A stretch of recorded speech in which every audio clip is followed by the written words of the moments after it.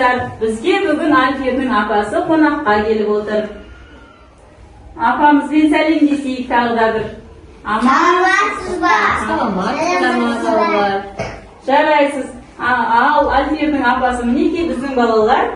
Бүгін біз қан талапай ойынын ойнап көрсетейік. Балалар, қан талапай ойынының ережесін білеміз, солай ма? Қазір мен мынау қолымдағы дорбадағы асықты талапай ау талапай басталды ойын алақай деп шашқан кезде барлығымыз қолымызға ілінген асығымызды өзімізге жинаймыз. Жарай ма? Ендеше дайын болайық балалар. Талапай ау талапай басталды ойын алақай.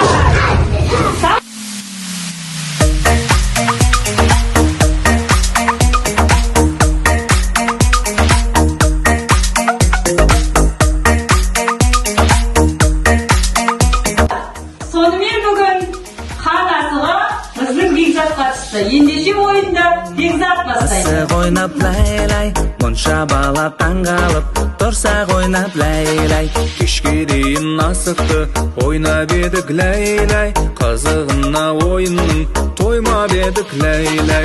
Қолыңа ал асықты, қандай жеті түсікті, алшы тәйке шүтпен бүк, асығыңды жерге түк. Осымен бүгінгі ойынымыз тамам болды. Ал бүгін бізге келген қонақ апамыз сендерге өзінің қонақ кәдесін көрсетпекші. Ал апа, сіз қандай ойын көрсетпексіз бізге? Ал балалар, сендер салт дәстүр ойындардың барлығын біледі екенсіңдер, жарайсыңдар балалар. Біз бала кезімізде бестас деген ойын бар еді. Бестас деген ойынды білесіңдер ме сендер балалар? Қане мен көрсетейін, сосын сендер де ойнайсыңдар, Тәйкі, алшы!